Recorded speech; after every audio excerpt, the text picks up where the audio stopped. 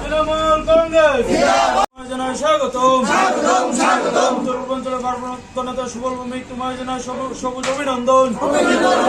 কি দায়িত্ব দিয়েছেন ত্রিপুরার জন্য? আমাদের নেত্রী মা মাটি মানুষের নেত্রী মমতা বন্দ্যোপাধ্যায়কে আমার হৃদয়ের অন্তঃস্থল থেকে এবং রাজ্যবাসীর পক্ষ থেকে ত্রিপুরাবাসীর হৃদয় থেকে অভিনন্দন জানাচ্ছি এই কারণ আমাদের মানুষের, এই রাজ্যের মানুষের মুক্তিদাতা আজকে মমতা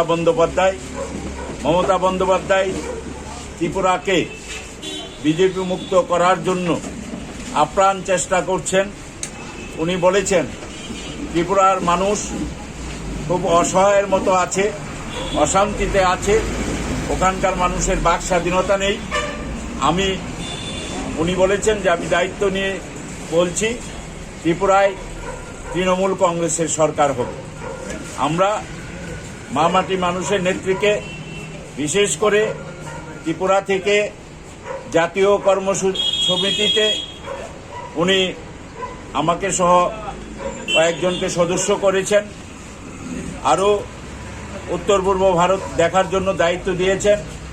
আমরা মনে করি এটা ত্রিপুরার মানুষকে সম্মান জানিয়েছেন, এটা ত্রিপুরার মানুষকে উনি আন্তরিকভাবে ভালোবাসেন। এই ত্রিপুরাকে যাতে আগামী দিনে সুন্দর ত্রিপুরা করা যায়, এই ত্রিপুরার মানুষকে সুশাসন দেওয়া যায়, ত্রিপুরা নিয়ে উনি বিস্তারিত আলোচনা করেছেন, বারবার বলেছেন, পুঙ্খানুপুঙ্খ আমাদের কাছ থেকে জেনে নিয়েছেন ত্রিপুরার মানুষের বর্তমান অবস্থা, তার আর্থসামাজিক রাজনৈতিক অবস্থা। উনি অত্যন্ত আন্তরিকতার সহিত এই ত্রিপুরা রাজ্যে যাতে আগামী দিনে মা মাটি মানুষের নেতৃত্বে সরকার হয়, তার জন্য মানুষের পাশে সর্বদা আছেন, এই মেসেজটুকু গতকালকে সবাই দিয়েছেন।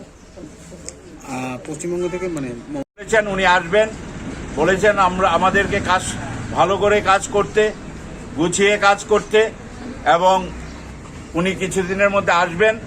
এখানে আমরা মোটামুটি সব গুছিয়ে নিলে উনি ত্রিপুরায় আসবেন এবং ত্রিপুরার সঙ্গে উনি সর্বদাই আছেন, সর্বদা থাকবেন।